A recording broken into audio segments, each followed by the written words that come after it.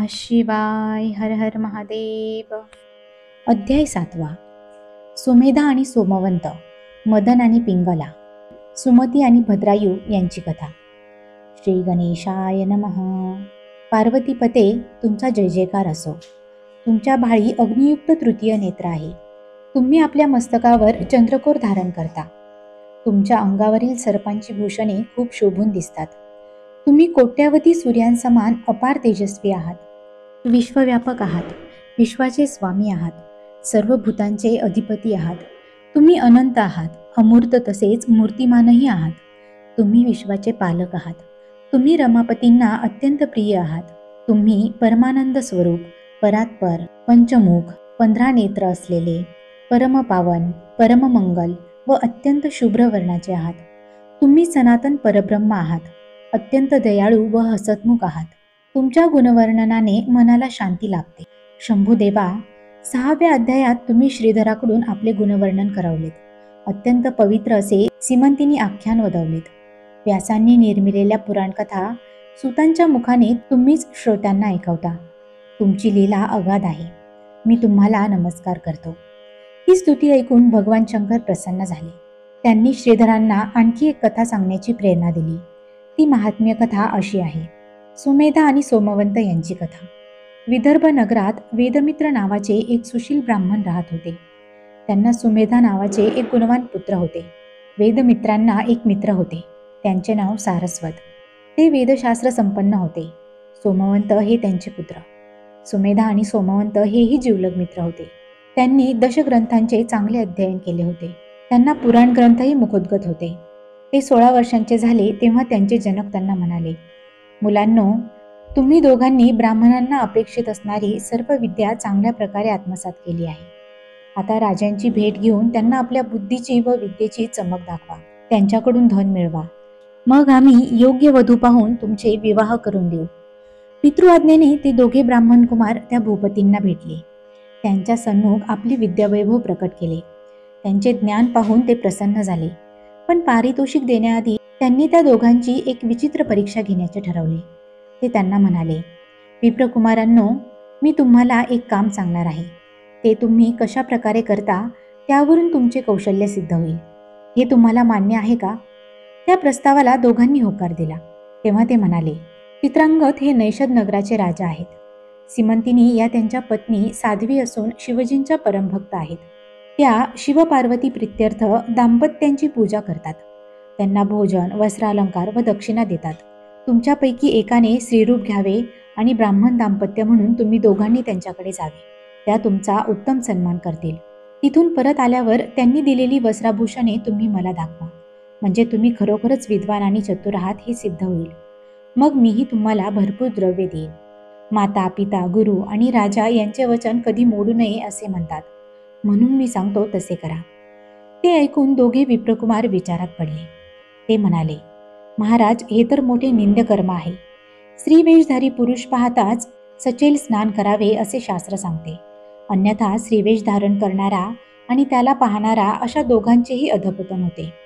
या अनुचित कर्मामुळे स्त्रीवेशधारी पुरुष जन्मोजन्मी स्त्रीच होतो. हे कुकर्म आम्ही कधीच करणार नाही. आम्ही विद्यावंत आहोत. आमची विद्वत्ता दाखवून धन मिळवू. लोक ज्ञानी ब्राह्मणांचा सन्मान करतात. त्यांना वंदन करून प्रार्थनापूर्वक धन देतात. विद्या ही पंडितांची माता असते. साक्षात कामधेनू असते. संकटात सहाय्य करती आणि प्रवासात रक्षण करती असते. ती मात्या पित्यांहून वेगळी असते. विद्वत्ता पाहून राजे महाराजेही नतमस्तक होतात. विद्याहीन मनुष्य म्हणजे दगड, जिवंत असूनही मृतवत. अशा मूर्खांचे तोंडही पाहू नये. अशा मूढाला जन्म दिला म्हणून माताही दुःख करते. राजा म्हणाले, कुमारांनो, तुमचे म्हणणे अगदी बरोबर आहे. तुम्ही स्वतःची विद्वत्ता सिद्ध केलीच आहे. आता तुम्ही वेषांतराचे नाटक किती हुबेहूब वठवता तेच मला पाहायचे आहे. अशा प्रकारे त्यांनी खूपच आग्रह केला तेव्हा कुठे ते कबूल झाले. मग राजांनी वस्त्रालंकार आणून सोमवंतांना स्त्रीवेश दिला.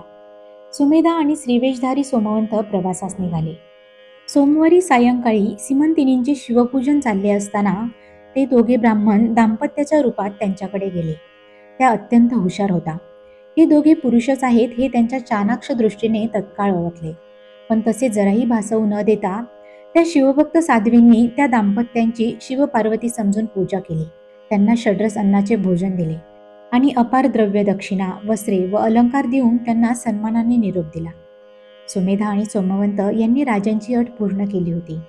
नैषधात आल्यामुळे त्यांना चांगलाच धनलाभ झाला होता. आता राजांकडूनही द्रव्यरूपाने मोठे पारितोषिक मिळणार म्हणून ते आनंदाने मार्गक्रमण करत होते. अरण्य मार्गाने जाताना पुढे सुमेधा व मागे सोमवंत चालत होते. सीमंतिनींनी पूजन केल्यानंतर सोमवंतांचे शरीर स्त्रीदेहासारखे झाले होते. अरण्यातील एकांतात त्या स्त्रींच्या मनात जबरदस्त कामवासना उत्पन्न झाली. त्या सुमेधांशी प्रणयोत्सुक संवाद करू लागल्या. म्हणाल्या, प्राणनाथा, या वनातील वातावरण किती रम्य आहे ना. अगदी प्रेमी युगलांना आवडेल असे. या संधीचा लाभ घ्या. मी कामरूपी अग्नीने अगदी व्याकुळ झाले आहे. तरी समागम करून माझे अंग प्रत्यंग शांत करा. ते ऐकून सुमेधांना मोठे आश्चर्य वाटले.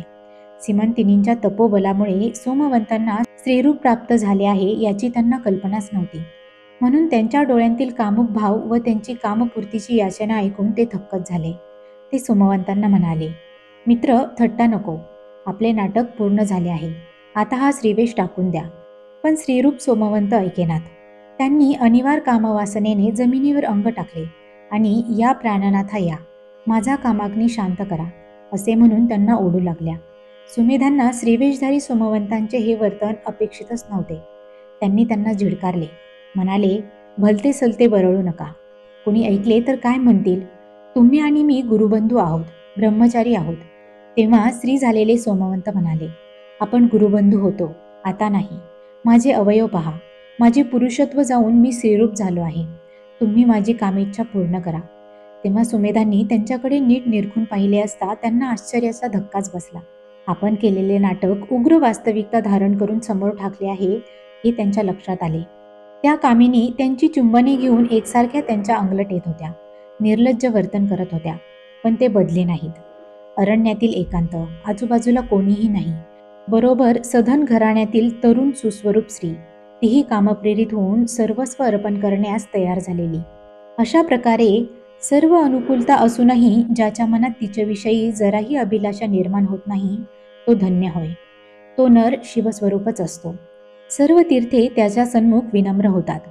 जो सत्यवचनी आहे, जो नित्य सत्कर्मे करतो, ज्याच्या मनात जराही धनासक्ती नाही, विद्वान पंडित असूनही ज्याला जराही गर्व नाही, लोकांनी कटुवचनांनी कितीही निंदा केली तरी खेद न मानता जो आनंदात राहतो, दुसऱ्याचे दोष ऐकून वा पाहूनही जो त्याची अन्यत्र वाच्यता करत नाही, तो नर शिवस्वरूपच असतो. जो स्त्री पुरुष असा भेदभाव करत नाही, जो चराचरात गुरुरूप पाहतो, जो आपली तपश्चर्या, दातृत्व, पुण्यकर्मे आणि सत्कृत्ये लोकांमध्ये सांगत नाही, जो पंडित आणि मूर्ख असा भेद करून एकाचा सत्कार व दुसऱ्याचा धिक्कार करत नाही, जो सगळ्यांना सारखी वागणूक देतो, ज्याच्या मनात आपपर भावाला जराही धारा नाही, जो आपली कीर्ती व्हावी अशी अपेक्षा करत नाही, तो नर शिवस्वरूपच असतो. जो आपल्या अभ्यासाचा टेंभा मिरवत नाही, लोकांनी आपले शिष्यत्व पत्करावे असे ज्याच्या मनातही येत नाही, ज्याच्या सर्व चित्तवृत्ती विरून गेल्या आहेत, जो एकांतप्रिय आहे, भ्रांती नष्ट झाल्यामुळे जो अखंड समाधीत असतो, जो सर्वस्व गेले तरी खंत करत नाही, तो नर शिवस्वरूपच असतो. कवी श्रीधर म्हणतात, असे पुरुष म्हणजे साक्षात ब्रह्मानंदच. त्या परमहंसांच्या पायांतील पादुका होऊन राहावे. सुमेधा खरोखरच विवेकी होते. त्यांनी त्याही परिस्थितीत धैर्य बाळगले. स्त्रीरूप झालेल्या सोमवंतांना अनेक प्रकारे नीट समजावले आणि आधी आपण गावी जाऊ आणि मगच काय तो विचार करू असे सांगून त्यांना घरी आणले. त्यांच्या पिताजींना बोलावून घडलेला सर्व प्रकार त्यांच्या कानावर घातला. तो ऐकून सारस्वतांना मोठा धक्का बसला. ते छाती पिटत राजांकडे गेले आणि घडलेल्या प्रकाराबद्दल त्यांना दूषणे देऊ लागले. म्हणाले, महाराज, हे तुम्ही काय केलेत? माझ्या मुलाला अनुचित कर्मास प्रवृत्त करून तुम्हाला कोणते असुरी समाधान मिळाले? तुमची बुद्धी अशी कशी चळली? माझे एकुलते एक पुत्र, तेही वेदशास्त्र संपन्न, पण तुम्ही त्यांचा घात केलात. तुम्ही दुर्जन आहात. तुमच्यामुळे माझा निर्वंश झाला. ही सुद्धा ब्रह्महत्याच. या कृत्याने तुमची दुष्कीर्ती होवो, तुमचे तोंड काळे होवो, तुम्हाला जगासमोर येण्याची लाज वाटो. यावर विदर्भ नरेश काय बोलणार? त्यांनी लज्जेने मान खाली घातली. आपण सीमंतिनींची उगीच परीक्षा घेतली याचा त्यांना पश्चाताप वाटू लागला. वेषांतर केलेल्या पुरुषाचे खऱ्या स्त्रीमध्ये कसे रूपांतर झाले याचेच त्यांना कोडे पडले होते. काय करावे हेच त्यांना सुचेना. त्यांनी विद्वान ब्राह्मणांना पाचारण केले व म्हणाले, मी वाटेल तेवढे द्रव्य खर्च करायला तयार आहे. तुम्ही काहीही करा, कोणतेही प्रखर अनुष्ठान करा, पण या सोमवंतांना पुन्हा पुरुषत्व प्राप्त करून द्या. तेव्हा ते म्हणाले, महाराज, आम्हाला क्षमा करा. या बाबतीत आम्ही काहीच करू शकत नाही. ही ईश्वरांची लीला आहे. ही कोणी व कशी बदलावी? तेव्हा त्या भूपतींनी देवींना प्रसन्न करून घेण्यासाठी 7 दिवस निराहार राहून अनुष्ठान केले. त्यांच्या प्रीत्यर्थ मोठा यज्ञ केला. त्यांची तळमळ पाहून प्रसन्न झालेल्या भगवतींनी त्यांना दर्शन देऊन वर मागण्यास सांगितले. ते म्हणाले, माताजी, माझ्यावर कृपा करा. सोमवंत नावाच्या विप्रपुत्रांना माझ्या आगळिकीमुळे स्त्रीरूप प्राप्त झाले आहे. त्यांना पुन्हा पुरुष करा. त्या म्हणाल्या, ही गोष्ट घडणे कदापि शक्य नाही. सीमंतिनी महान पतिव्रता, परम शिवभक्त व श्रेष्ठ तपस्विनी आहेत. त्यांच्यापुढे माझे कर्तृत्वही थिटेच. आता मी सांगते ते ऐका. त्यांना स्त्रीरूपातच राहू द्या. त्यांचा सुमेधांशी विवाह लावून द्या. या दाम्पत्यास दैवी गुण असलेले एक वेदज्ञ पुत्र होतील. ती आज्ञा मान्य करून त्या नृपतींनी वेदमित्र व सारस्वत या दोघांनाही बोलावून घेतले. त्यांना देवींचा संदेश सांगितला व स्वतःच्या प्रमादाबद्दल मनपूर्वक क्षमा मागून त्यांचे मन वळवले. सुमेधांचा सोमवतींशी विवाह लावून दिला. देवी अंबिकांच्या वचनाप्रमाणे त्यांना एक बुद्धिमान पुत्र झाले. धन्य त्या सीमंतिनी, धन्य त्यांची शिवभक्ती. त्यांना त्रैलोक्यात उपमा नाही. त्यांच्या संकल्पाने जे घडले त्यात देवी पार्वतींनाही बदल करता आला नाही. मदन आणि पिंगला यांची कथा. सूत म्हणाले, श्रोते हो, मी तुम्हाला शिवमहात्म्यापर आणखी एक कथा सांगतो. ती लक्षपूर्वक ऐका. अवंती नगरीत मदन नावाचे एक ब्राह्मण राहत होते. ते कामुक स्वभावाचे होते. तिथेच पिंगला नावाच्या एक गणिकाही होत्या. दुराचारी मदन त्यांच्या नादी लागले होते. ते नेहमी त्यांच्याकडेच पडलेले असत. पिंगलांच्या मोहापायी त्यांनी आपल्या धर्मपत्नींचा व मात्यापित्यांचा त्याग केला होता. ते ब्रह्मकर्मेही करत नसत. त्यांना लोकलज्जेची चाड नव्हती. ते मद्यमांस सेवन करत असत व अहोरात्र त्या गणिकांशीच विलास करत असत. त्या काळी ऋषभ नावाचे एक महान योगी लोकांच्या उद्धारासाठी भूलोकी संचार करत होते. ते दीनदुबळ्यांची दुःखे संकटे निवारण करत असत. एके दिवशी भिक्षा मागत हिंडत असताना ते आकस्मिक त्या गणिकांच्या द्वारी आले. त्या शिवयोग्यांना पाहून पिंगला आणि मदन तत्परतेने सन्मुख गेले. त्यांना सन्मानाने घरात आणले. त्यांची षोडशोपचारे पूजा केली. उत्तम पक्वान्नांचे भोजन आणि वस्त्रालंकार देऊन त्यांना संतुष्ट केले. त्यांना उत्तम शय्येवर निजवले. त्यांना विश्रांती मिळावी म्हणून रात्रभर जागरण करून त्यांचे पाय चेपले. त्यांना वारा घातला. सूर्योदयाच्या सुमारास ते शिवयोगी एकदम अदृश्य झाले. याचे त्या दोघांनाही मोठे आश्चर्य वाटले. त्यांच्या रूपाने प्रत्यक्ष शिवजींनीच आपल्याला दर्शन दिले, आपली सेवा घेतली म्हणून त्यांना मोठे समाधान वाटले. कालांतराने पिंगला आणि मदन मरण पावले. पूर्वजन्मी एका थोर शिवयोग्यांची अल्पसेवा घडल्यामुळे त्या दोघांना पुन्हा मनुष्यजन्म मिळाला. मदनांनी दाशार्य देशाचे महाराज वज्रबाहू व त्यांची पट्टराणी सुमती यांचे पुत्र म्हणून जन्म घेतला. पिंगलांनी सीमंतिनींची कन्या म्हणून जन्म घेतला. त्यांचे नाव कीर्तिमालिनी. सुमती आणि भद्रायू यांची कथा. इकडे सुमती राणी गरोदर असताना त्यांच्यावर एक कठीण प्रसंग ओढवला. दाशार्य राजा वज्रबाहूंना अनेक राण्या होत्या. त्या सुमतींचा द्वेष करायच्या. त्यांना पुत्र झाले तर पुढे तेच राज्याधिकारी होणार म्हणून त्या सौतींनी त्यांचा काटा काढायचे ठरवले. त्यांच्यावर अन्नातून विषप्रयोग केला. त्यावेळी त्या मरणारच होत्या, पण नशिबाने वाचल्या. तथापि विषाने आपला प्रभाव दाखवलाच. त्या अंगावर फुटून त्यांना ठाई ठाई जखमा झाल्या. त्या व्याधीग्रस्त अवस्थेतच त्या प्रसूत झाल्या. त्यांना एक पुत्र झाले. त्यांच्याही अंगावर फोड होते. त्यांतून अहोरात्र रक्त व पू गळत असे आणि पडलेल्या क्षतांमुळे दुर्गंधी येत असे. त्यांना आरोग्य प्राप्त व्हावे म्हणून वज्रबाहूंनी नामांकित वैद्य बोलावले. त्या दोघांवर खूप औषधोपचार केले, पण उपयोग झाला नाही. सुमती मोठ्या धैर्याने व्यथा सोसत होत्या, पण त्यांच्या पुत्रांचे काय? ते रात्रंदिवस रडत असत. अशा प्रकारे त्या दोघांना मरण येत नव्हते आणि त्यांची व्याधीही बरी होत नव्हती. त्यांच्या चिंतेने राजांना अहोरात्र चैन पडत नसे, झोपही येत नसे. शेवटी ते कंटाळले. त्यांनी एक कटू निर्णय घेतला. त्यांनी दोघांना रथात घालून घोर निर्जन अरण्यात सोडून दिले. व्याधीग्रस्त सुमती राजकुमारांना कडेवर घेऊन श्वापदांनी भरलेल्या त्या अरण्यातून मार्ग काढत हिंडू लागल्या. देहाला दुःख होतेच, आता अंतकरणही दुखावले होते. त्यांच्या पायांना दगड बोचत असत, काटे लागत असत आणि असह्य वेदनांनी अंग ठणकत असे. त्या वेदनांनी त्या आक्रोश करायच्या, रडायच्या, शुद्ध हरपून कोसळायच्या, कधी तर तहानेने व्याकुळ व्हायच्या. तिथे त्यांचे अश्रू पुसणारे, त्यांच्या वेदनांवर सांत्वनपर शब्दांची फुंकर घालणारे कोणीही नव्हते. सुमती शिवजींचा धावा करायच्या, म्हणायच्या, शंभू महादेवा, तुम्हाला माझी दया कशी येत नाही? तुम्ही अखिल विश्वाचा आत्मा आहात. भक्तरक्षक अशी तुमची त्रिभुवनात कीर्ती आहे. मग माझी उपेक्षा का करता? कैलासपती, तुम्ही जगाला वंद्य आहात. मूर्तिमंत ब्रह्मानंद आहात. वेदशास्त्रे तुमचे अखंड गुणगान करतात. हे त्रिनेत्रा, हे पंचवदना, तुम्ही त्रिदोषांचे निवारण करणारे, जगाचे आदी स्वरूप, अजन्मा, अजित आणि धवल वर्णाचे आहात. तुम्ही माझा उद्धार करा. मला जन्म मरणाच्या दुष्टचक्रातून सोडवा. तुम्ही अनादिसिद्ध आहात. कोणालाही तुमचा थांग लागत नाही. तुम्ही गुणातीत आहात. सद्गुणांचे वैभव आहात. तुम्हीच हे मायारूपी चक्र चालवता. विश्वाला अंतर्बाह्य व्यापून असलेल्या हे जगद्गुरू, मी तुम्हाला शरण आहे. माझ्यासाठी धावत या. मला मार्ग दाखवा. श्रीरामांनी त्याग केलेल्या सीतामाईंप्रमाणे किंवा नलराजांनी सोडून दिलेल्या दमयंतींप्रमाणे सुमतींची अवस्था झाली होती. एकेकाळी महान ऐश्वर्य भोगणाऱ्या त्या पट्टराणी आज भयंकर हालअपेष्टा सोसत होत्या. वनात वाघ सिंहाच्या गर्जना ऐकून त्या मूर्छित पडायच्या. त्यांचे करुण रुदन ऐकून पशुपक्षीही रडायचे.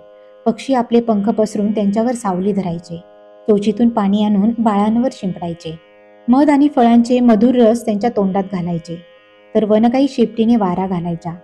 त्या सर्वांचे ते प्रयत्न पाहून राणींनाही भरून यायचे.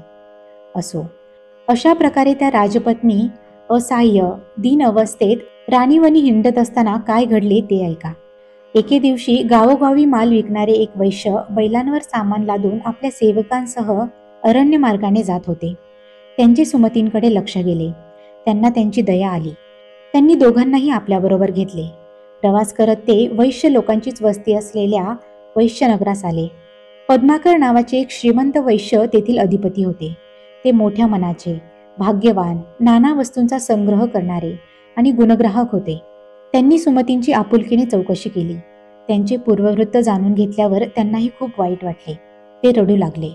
त्यांनी दीर्घ निश्वास टाकला व म्हणाले, सुमती, आजपासून तुम्ही माझ्या धर्मकन्या आहात. तुमच्यासारखा दुर्धर प्रसंग वैऱ्यांवरही येऊ नये. असो, आता काळजी करू नका. यापुढे तुम्ही इथेच राहायचे आहे. मी तुम्हाला जवळच एक घर घेऊन देतो. पद्माकर वैश्यांनी सुमतींना व त्यांच्या पुत्रांना आश्रय दिला. त्यांच्या उदरनिर्वाहाची व्यवस्था केली. त्या दोघांना बरे वाटावे म्हणून वैद्यांकरवी अनेक उपाय उपचार केले, पण उपयोग झाला नाही. तेव्हा सुमती म्हणाल्या, तात, आता भगवान शंकरच माझे वैद्य. त्यांची कृपा झाली तरच आमचा रोग बरा होईल. त्यांची निराशा त्यांच्या मुखावर स्पष्ट दिसत होती. तसेच काही दिवस लोटले. एके रात्री त्यांचे पुत्र मरण पावले. त्यांच्या जगण्याला तेच एकमात्र आधार होते. दैवाने तेही हिरावून घेतले. त्यांच्या शोकाला पारावार उरला नाही. पद्माकर त्यांची समजूत काढू लागले. लोक जमले. तेही त्यांचे सांत्वन करू लागले. रात्र सरली, सकाळ झाली. मंडळी अंत्यविधीच्या तयारीला लागली. तेव्हा योगायोगाने ऋषभ नावाच्या एका थोर शिवयोग्यांचे तिथे आगमन झाले. त्यांना पाहून सुमतींना मोठा धीर आला. या तपस्व्यांनी कृपा केली तर आपले पुत्र जिवंत होतील अशी आशा त्यांच्या मनात निर्माण झाली. त्याही प्रसंगी पद्माकरांनी त्यांचे स्वागत केले. त्यांची पूजा केली. सुमंतींनीही त्यांना वंदन केले. तेव्हा ते म्हणाले, देवी, तुम्ही कशासाठी रडत आहात? कशासाठी एवढा शोक करत आहात? तुमचे पूर्वजन्मीचे माता, पिता, आप्त, पती, पुत्र हे सर्व आज कुठे आहेत सांगू शकाल?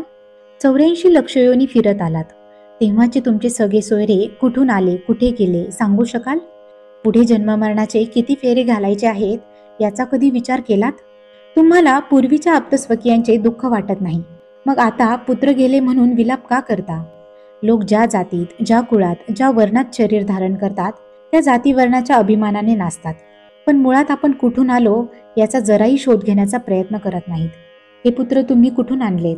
हे मेल्यावर कुठे गेले? तुम्ही आणि जन्मलेले हे सर्व लोक पुढे कोणत्या योनीत जाणार आहेत याविषयी काही सांगू शकाल? आत्मा हाच अमर आहे, नित्य व शाश्वत आहे. तो कोणाचा बंधू नाही, तो कोणाचा पुत्र नाही. शरीर क्षणभंगूर आहे, नाशवंत आहे. ज्या शरीरासाठी तुम्ही शोक करत आहात ते तर प्रेत रूपाने तुमच्या समोरच पडले आहे. अहो, पाण्यावर तरंग उठतात आणि विरून जातात. मृगजळही दिसते. पण या गोष्टी जशा मिथ्या आहेत तसे शरीरही मिथ्याच आहे. चैतन्य अडून तयार झालेली तीही एक लाटच आहे. मग कशासाठी तिचा शोक करायचा? चित्रातील वृक्षाच्या सावलीत बसणे, चित्रातील अग्नीने घर जळणे, चित्रातील पाण्याच्या प्रवाहातून कोणी वाहून जाणे, वंध्येच्या मुलाने द्रव्य कमवून आणणे, भीष्मांच्या कन्येचे हनुमंतांशी लग्न लागणे, वाऱ्याचा मंडप वाळूच्या दोराने घट्ट उभारणे, शिंपल्यात भासणारे रूपे पात्रात जमवून त्याचे आकाशपुष्प सजवणे, कासवीच्या दुधाचे तूप मिळवून मृगजळातील माशांनी दीप प्रज्वलित करणे, माशांनी पायांत चाळ बांधून नाचणे आणि जन्मांधांनी ते डोळे भरून पाहणे, तसेच चित्रातील चोरांनी सापाच्या कानातील कुंडले चोरून नेणे. हे कधीतरी शक्य आहे का? हे जसे मिथ्या तसा प्रपंचही मिथ्याच आहे. त्याला खरे कसे मानणार? अर्थात जे मुळातच अशाश्वत आहे त्याबद्दल शोक करणे व्यर्थच नाही का? आता या शरीराबद्दल काय सांगावे? हे तर कष्टरूपी वृक्षांचे उद्यान आहे, सर्व रोगांचे भांडार आहे, कृमी कीटकांचे माहेरघर आहे, पापांचा समुद्र आहे, भ्रांतीचे अथांग आकाश आहे, रक्त, मांस, श्लेष्मा, नसा, अस्थींची एकत्र बांधलेली चर्मवेष्टित मुळी आहे आणि मातेचा विटाळ व पित्याचे रेत यांचे संमिश्रण आहे. हे मुळातच अपवित्र आहे. हे गोमूत्र शिंपडून वा डोक्याचे मुंडन करून पवित्र कसे होणार? सुमती, गुरूंना शरण गेले नाहीत तर मानवांचा उद्धार कसा होणार? कल्पांतापर्यंत कोट्यावधी फेरे घेतले तरी ते मुक्त होणार नाहीत. सुमती, तुमचे जन्मोजन्मीचे पती कुठे आहेत हे तुम्ही सांगू शकत नाही. म्हणूनच म्हणतो हा सगळा मायेचा पूर आहे, हे लक्षात घेऊन वेळीच सावध व्हा. त्रिगुणरूपी बांधकाम साहित्य आणि पंचमहाभूतांचे वासे जोडून तयार केलेल्या या शरीररूपी घराची आसक्ती धरू नका. याला केव्हा अग्नी लागेल याचा भरवसा नाही. देह म्हणजे मृगजळ, देह म्हणजे स्वप्नसृष्टीतील साम्राज्य. तरीही माणसे धनधान्य पुत्राधिकांची इच्छा धरतात. याला काय म्हणावे? गंगेमध्ये 2 काष्टांनी एकत्र यावे, काही काळ जोडीने प्रवाहातून जावे आणि अंती विलग व्हावे, पुन्हा कधीही न भेटण्यासाठी. पती पत्नींचे प्रपंचातील सहजीवन अगदी तसेच असते. जेवढा ऋणानुबंध तेवढाच सहवास. कितीतरी पक्षी झाडावर येऊन बसतात, थोडा वेळ विसावतात आणि दुसऱ्या झाडावर निघून जातात. अपत्ये त्या पाखरांसारखीच असतात. ऊन लागते म्हणून वाटसरू झाडाच्या सावलीत बसतो, ऊन सरले की निघून जातो. सगळे सोयरेही तसेच असतात. हा खेळ सतत चालू असतो. वृक्ष आल्या गेल्या पाखरांची व पांथस्थांची चिंता करतो का? नाही ना. मग आपण तरी का दुःख करावे? आणि गेलेल्यांबद्दल शोक करून हाती काही लागतही नाही. अर्थात प्रपंच हा नुसता खेळ आहे, तो सत्य नाही. तरीही आपण त्याला सत्य मानतो. हेच मोठे अज्ञान आहे. या अज्ञानालाच माया म्हणतात, प्रपंच भ्रांती म्हणतात. या मायामय प्रपंच वृक्षावर जीव आणि शिव हे दोन्ही पक्षी बसलेले आहेत. शिव हा सर्वसाक्षी आहे, नित्य सावध आहे. तो कशातही गुंतत नाही. तो सर्व काळ अलिप्त असतो. जीवाचा स्वभावच वेगळा. तो विषयरूप फळे खातो. ती भक्षण केल्याने त्याला स्वतःचाच विसर पडतो.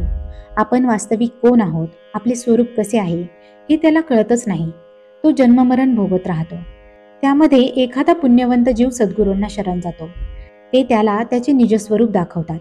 मग तो स्वतः शिवस्वरूप होऊन आत्मस्वरूप शिवजींची भक्ती करतो. शिवयोगी ऋषभांच्या मुखातून ते दिव्य निरूपण ऐकून पद्माकर आणि सुमतींना धन्य धन्य वाटले. अष्टसात्विक भावांनी त्यांच्या डोळ्यांतून अश्रुधारा वाहू लागल्या. सुमतींनी त्यांचे पाय धरले व म्हणाल्या, योगेश्वर, तुमचे ज्ञान अगाध आहे. तुम्ही साक्षात शिवप्रभू आहात.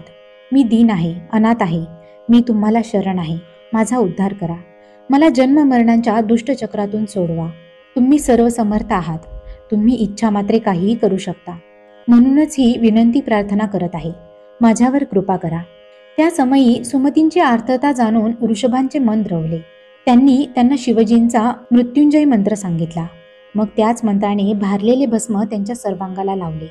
त्या दिव्य भस्माच्या प्रभावाने त्यांच्या अंगावरील सर्व जखमा तत्काळ बऱ्या झाल्या. त्या अप्सरांपेक्षाही सुंदर व तेजस्वी दिसू लागल्या. मग त्यांनी तेच मंत्रोक्त भस्म त्यांच्या मृत पुत्रांच्या शवास लावले. तर काय आश्चर्य! प्राणसंचार होऊन तेही जिवंत झाले, पूर्ण निरोगी व सुस्वरूप झाले. ते पाहून पद्माकरांना अत्यंत आनंद झाला. ते उत्स्फूर्तपणे म्हणाले, धन्य धन्य गुरुदेव, धन्य धन्य गुरुमंत्र. जे श्री गुरुचरणी नतमस्तक होतात त्यांना मृत्यूचे भय राहत नाही. त्यांना संसाराची, विपत्तींची चिंता वाटत नाही. गुरुकृपेने त्यांच्या अंतकरणातील भेदभाव व दुःख यांचे समूळ निरसन होते. त्यांच्या सद्भाग्याचे किती कौतुक करावे. त्यांना यश, कीर्ती, आयुष्य, आरोग्य, ऐश्वर्य, समृद्धी अशा सर्वच गोष्टी लाभतात. त्यांचे सर्व मंगलच होते. सुमतींचा आनंद काय वर्णन करावा. त्यांनी आपल्या पुत्रांना हृदयाशी कवटाळले आणि कृतज्ञतेने ऋषभांकडे पाहू लागल्या. मग आपल्या पुत्रांना त्यांच्या पायावर घातले आणि हात जोडून म्हणाल्या, सद्गुरुनाथा, मी माझा जीव तुमच्यावरून ओवाळून टाकला. माझ्या कातड्याच्या पादुका करून तुमच्या चरणी घातल्या तरी तुमचे उपकार फिटणार नाहीत. शिवयोगी म्हणाले, सुमती, या तुमच्या पुत्रांना आयुष्य, आरोग्य, अद्भुत ऐश्वर्य प्राप्त होईल. हे पृथ्वीवर राज्य करतील. यांची त्रिभुवनात कीर्ती होईल. मी यांचे भद्रायू असे नामकरण करत आहे. हे मोठे होईपर्यंत तुम्ही इथेच राहा. मी सांगितलेल्या मृत्युंजय मंत्राचा श्रद्धेने त्रिकाळ जप करा. हे विद्वान होतील. अनेक कलाविद्यांमध्ये पारंगत होतील. पण एक गोष्ट लक्षात ठेवा, हे राजपुत्र आहेत ही गोष्ट कुठेही प्रकट करू नका. ऋषभांनी त्या दोघांना आणि पद्माकरांना अनेक आशीर्वाद दिले व तिथेच अंतर्धान पावले. मग सुमती तिथेच राहिल्या. ऋषभांची आठवण झाली की त्यांचे हृदय भरून यायचे, त्यांचा कंठ दाटून यायचा व डोळ्यांत अश्रू तरळायचे. पद्माकरांनी त्यांना धर्मकन्या मानले होते. ते त्यांना हवे नको ते सर्व पाहायचे. आपले पुत्र सुनई यांच्यापेक्षा भद्रायूंची जास्त काळजी घ्यायचे. त्यांचे सर्व लाड पुरवायचे. आपल्या पुत्रांबरोबर त्यांनी त्यांचीही मुंज केली. दोघांच्या अध्ययनाकडे समान लक्ष दिले व त्यांना वेदशास्त्र संपन्न केले. भद्रायू 12 वर्षांचे झाले. ते सुशील व धीरगंभीर स्वभावाचे होते. ते सुमतींची मनोभावे सेवा करायचे. एके दिवशी शिवयोगी ऋषभ पुन्हा आकस्मिक प्रकट झाले. सुमती व भद्रायूंनी धावत जाऊन त्यांचे पाय धरले. अश्रूंनी त्यांचे चरण धुतले. आदराने घरात नेऊन त्यांचे पूजन केले. त्यांची मनोभावे स्तुती केली. पूर्वीचे उपकार स्मरून कृतज्ञता व्यक्त केली व प्रेमपूर्वक सेवा केली. त्यांचा भक्तिभाव पाहून प्रसन्न झालेल्या ऋषभांनी भद्रायूंना नीतिधर्म समजावून सांगितला. ते म्हणाले, बाळ भद्रायू, वेद, शास्त्रे आणि पुराणांमध्ये धर्म व नीतीविषयक जे नियम सांगितलेले आहेत त्यांचे यथायोग्य पालन करा. माता, पिता व गुरूंवर निष्ठा ठेवा. पुढे राजा झाल्यावर गोब्राह्मण व प्रजाजन यांचे नीट पालन करा. सर्व जीवमात्रांमध्ये एकच शिवतत्व आत्मरूपाने विराजमान आहे याचे नित्य स्मरण ठेवा. वर्णाश्रम धर्मांना अनुसरून वागा. स्वधर्म कितीही कठीण असला तरी टाकू नका. विचारपूर्वक कृती करा. काळ, वेळ आणि आसपास कोण आहे याचे भान ठेवूनच बोला. सर्वत्र सावध राहा. कोण आपला मित्र आहे, कोण आपला शत्रू आहे आणि कोण आपला द्वेष करतो हे व्यवस्थित पडताळून पहा. आपले उत्पन्न किती, आपला खर्च किती आहे, आपले सामर्थ्य किती आहे, आपण कुठे दुर्बळ आहोत, आपले सेवक कसे आहेत, ते कसे काम करतात, त्यांचे वर्तन कसे आहे, ते आपल्या हिताचे चिंतन करतात की अहिताचे, ते आपल्याला यश देतात की अपयश, या सर्व गोष्टींवर नेहमीच लक्ष ठेवा. अतिथी, देव, मित्र, स्वामी, वेदविद्या, यज्ञकर्मी, पशु, शेती, विद्या आणि संपत्ती यांच्याकडे वारंवार लक्ष द्यावे. त्यांची नीट काळजी घ्यावी. त्यांची अभिवृद्धी कशी होईल याचा सतत विचार करावा. आपली लहान मुले, आपली पत्नी, शत्रू, दास, घरातील घटना व प्रसंग, आजारपण यांची कधीच उपेक्षा करू नये. त्यांच्याकडे दुर्लक्ष झाल्यास मोठी हानी होऊ शकते. विद्वान, ज्ञानी व सज्जन जसे आचरण करतात तसेच वागावे. लोकांच्या कल्याणाची इच्छा धरावी. माता, पिता व साधू यांची प्राणांतीही निंदा करू नये. वैश्वदेव करत असताना कोणी अतिथी आल्यास त्याची जात पाहू नये. त्याला शिवस्वरूप मानून अस्त्रवस्त्र द्यावे. नेहमी परोपकार करावा. कोणत्याही प्रकारे दुसऱ्याला दुःख होईल असे काहीही करू नये. जो गोब्राह्मणांचे रक्षण करतो तोच सुज्ञ असतो. वादविवाद, निंदा या गोष्टी टाकून शिवस्मरण करावे, तेच मौन होय. भगवान शंकरांचे स्मरण करणे, त्यांची सेवा करणे हीच मोठी तपश्चर्या आहे. परस्त्री व परद्रव्याची अभिलाषा धरू नये. शिवपूजन यथासांग करावे. शास्त्रे श्रद्धेने ऐकावीत. ज्ञान, जप, अध्ययन, होम, गोब्राह्मणांची सेवा, श्रवण, मनन, निजध्यास या गोष्टी आळस न करता तत्परतेने कराव्यात. देव, भूते, ऋषी, पितर व मनुष्य यांच्यासाठी नित्यनेमाने अन्नद्रव्य वस्त्रादी त्याग करणे याला पंचयज्ञ म्हणतात. तो त्यागमय यज्ञ प्रेमपूर्वक करावा. श्रम, भोजन आणि निद्रा या गोष्टी प्रमाणात असाव्यात. दान, सत्कर्म, अभ्यास व श्रवण यांत कधीही आळस करू नये. धर्मपत्नीवर प्रेम करावे. परस्त्रीविषयी आदर व सद्भावना ठेवावी. शत्रूंविषयी क्रोध, साधुजनांविषयी नम्रता, द्वेष्टजनांविषयी मद, संत व भक्त यांच्याविषयी विनय व साम्यभाव, संसारात संत्रस्त करणाऱ्या दुर्जनांविषयी मत्सर व दंभ आणि सर्वसामान्य लोकांविषयी हितभावना धरावी. भल्या माणसांना वंदन करावे. पृथ्वी जिंकण्यासाठी अभिमान धरावा. आणि ब्राह्मणांसमोर निरहंकार वर्तन करावे. शिवनाम घेतल्याने वाणीचे, दान दिल्याने हातांचे, देवळात गेल्याने व तीर्थयात्रा केल्याने पायांचे, पुराणांचे आदरपूर्वक श्रवण केल्याने कानांचे, साधू संतांना अलिंगन दिल्याने त्वचेचे, शिवजींचे दर्शन घेतल्याने डोळ्यांचे व स्तोत्र म्हटल्याने जिवेचे सार्थक होते. हे लक्षात घेऊन आपल्या इंद्रियांना तसे वळण लावावे. भगवान शंकरांचे नित्य ध्यान करावे.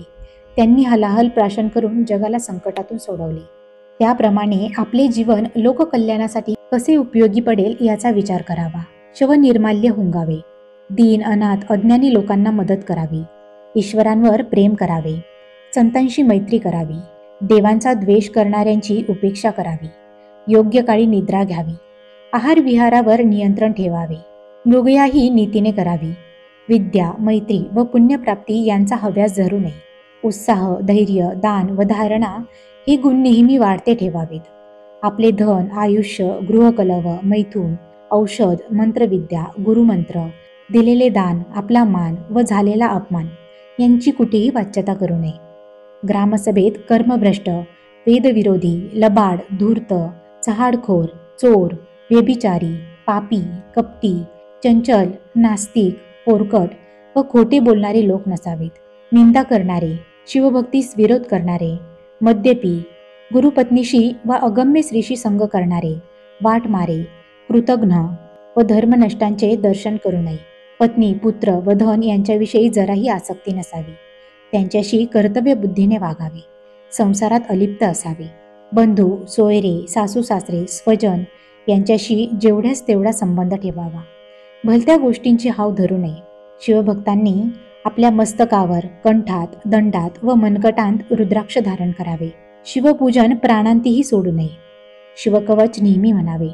शिवकवच म्हणून सर्वांगी भस्म चर्चिले असता रणांगणात शस्त्रास्त्र बाधा होत नाही. मृत्युंजय मंत्राचे सामर्थ्य फार मोठे आहे. त्या मंत्राचे निष्ठेने नित्य पठन केल्यास अपमृत्यू येत नाही. मृत्यूभय नाहीसे होते. आतताई, मार्गस्थांचा घात करणारे, ब्राह्मणांना जीवे मारणारे यांचा राजाने वध करावा. सोमवार, प्रदोष, शिवरात्र या व्रतांचे श्रद्धेने विधियुक्त आचरण करावे. शिवकीर्तन, हरिकीर्तन ऐकण्यास जावे. ते लक्षपूर्वक श्रवण करावे. महापर्व, कुयोग, श्राद्ध, व्यतिपात, वैधृती व संक्रांत या काळात स्त्रीसंग करू नये. ग्रहण काळात भोजन करू नये. शास्त्राला प्रमाण मानून सत्पात्री दान दिल्याने ऐश्वर्य वाढते. अयोग्य व्यक्तीस दान दिल्याने दारिद्र्य येते. वेद, शास्त्रे, पुराणे व भगवत भक्तीवर कीर्तन श्रवण करावे. त्यात एक वेगळाच आनंद असतो. गुरु व सत्पात्री ब्राह्मण यांना दान दिल्याने पुण्य तिप्पट होते. पूज्य माणसाचा अपमान करून अपूज्य माणसाचा सन्मान केला तर भय निर्माण होते, दुर्भिक्ष येते व कधी मरणही ओढवते. खोल विस्तीर्ण प्रवाहात उडी मारणे, महापुरुषांशी भांडण करणे व बलवंतांना आव्हान देणे ही अनर्थाची द्वारे आहेत. हाताची शोभा कंकणांनी आणि मुद्रिकांनी वाढत नाही, ती दानाने वाढते. कानात कुंडले घालून काय उपयोग? चांगल्या गोष्टी श्रवण करणे यातच त्याची सार्थकता. सुंदर पत्नी, उत्तम व रसाळ वाणी, उत्तम चारित्र्य व औदार्यादी सद्गुण असणाऱ्याचे जीवन सफल होय. स्पष्ट बोलणे, खरे बोलणे हेच वाणीचे व्रत होय. जे विद्यावंत असतात त्यांच्या सन्मानार्थ तत्काळ काही ना काही द्यावे. संकटकाळी धैर्य धरावे. वादात वाणीने विजय मिळवावा. युद्धात पराक्रम करावा. याचकांना विन्मुख पाठवू नये. भोजनाला बसताना पंक्तीला ब्राह्मण, मित्र, पुत्र असावा. ज्या मार्गाने हत्ती घोडे जाऊ शकतात त्याच मार्गाने चालत जावे. जिथे शिवलिंगाचे पूजन होत नाही तिथे मुद्दाम जाऊन पूजन करावे. अनाथ बेवारशी प्रेताला अग्निसंस्कार करणे, त्याचे क्रियाकर्म करणे हे अतिशय पुण्यप्रद कर्म असते. सज्जनांचा द्वेष करणे यासारखे अनुचित कर्म नाही. सत्संग अहोरात्र करावा. त्यापुढे अमृतही तुच्छ आहे. जो दुसऱ्याचे कर्तृत्व पाहून चरफडत नाही, जो दुसऱ्यांच्या आनंदात मनपूर्वक सहभागी होतो, जो दुसऱ्याचे शुभवृत्त ऐकून खुश होतो, जो सर्वांचे हित चिंततो, तोच खरा शिवभक्त. पृथ्वीवर अनेक प्रकारची मूल्यवान रत्ने सापडतात, पण ती निर्जीव पाषाणच असतात. खरी 4च मोठी रत्ने आहेत: अन्न, पाणी, सुभाषिते व औदार्य. कोणाच्याही वर्मावर बोट ठेवून त्याला अपमानित करू नये. साधू संतांचे आशीर्वाद घ्यावेत. ईशकृपेने भाग्योदय झाला तरी स्वधर्म सोडू नये. पूर्वीच्या शत्रूने आता मित्रत्व केलेले असले तरी त्याच्यावर विश्वास ठेवू नये. गर्भवती स्त्री जशी गर्भाची काळजी घेते तशी राजाने प्रजेची काळजी घ्यावी. गुरु आणि शिवजी एकरूपच असतात, म्हणून त्यांच्यात भेदभाव करू नये. आपले भाग्य, आपली विद्या यांचा गर्व करू नये. सौंदर्याने मनुष्य शोभून दिसतो हे खरे, पण त्याने सद्गुणरूपी अलंकार धारण केले असतील तर ते सौंदर्य अधिकच खुलते. त्यात तो ज्ञानी असेल तर अधिकच उत्तम. आणि अशा ज्ञानी मनुष्याच्या अंगी दया, क्षमा, शांती असेल तर तो सर्वश्रेष्ठ होय. कुल, शील, विद्या, धन, राज्य, तप, रूप आणि यौवन या 8 गोष्टींचा फार लवकर गर्भ होतो, म्हणून सावध राहावे. मनाला त्यात गुंतू देऊ नये. सूत पुढे म्हणाले, अशा प्रकारे शिवयोगी ऋषभांनी भद्रायूंना अनेक प्रकारे सद्धर्माचा व नीतीचा उपदेश केला. त्या उपदेश वचनांचे पालन केल्याने आपल्याला जगत व्यवहारात अडचणी येणार नाहीत. कवी श्रीधर म्हणतात, हा 7वा अध्याय म्हणजे कैलास पर्वत. त्यावर उमारमन वास करतात. याचे पारायण हीच गिरीप्रदक्षिणा. ती करणाऱ्या सद्भक्तांना निर्दोष यश मिळते. किंबहुना हा अध्याय म्हणजे हिमालय. भक्ती या त्यांच्या कन्या उमा. त्यांच्याशी विवाह करून ते शिवप्रभू जणू सासऱ्यांच्या घरीच राहिले आहेत. पुढील अध्यायात शिवयोगी भद्रायूंवर कृपा करतात असा कथाभाग आहे. तो अध्याय श्रवण केल्याने विद्वानांना ब्रह्मानंद होईल. श्रीधराला वर देणारे ब्रह्मानंद स्वरूप शिवजी हे संसाररूपी हत्तींचे विदारण करणारे सिंहच आहेत. ते आनंदाचे सागर आहेत. ते यतींद्र जगाचे गुरु व जगाचा आत्मा आहेत. स्कंद पुराणातील ब्रह्मोत्तर खंडात असलेल्या श्री शिवलीलामृत या महान ग्रंथाचा हा 7वा अध्याय अतिशय गोड आहे. हा सज्जनांनी नेहमी श्रवण करावा. अध्याय 7वा समाप्त. श्री सांब सदा शिवार्पणमस्तु. प्रिय भक्त हो, तुम्हाला जर आमचे अध्याय वाचन आवडत असेल तर व्हिडिओला लाईक करा, शेअर करा आणि आमच्या चॅनलला सबस्क्राईब करा. आणि हो, बेल आयकॉनवर नक्की क्लिक करा, म्हणजे पुढील व्हिडिओचे नोटिफिकेशन तुमच्यापर्यंत सर्वात आधी पोहोचेल. धन्यवाद.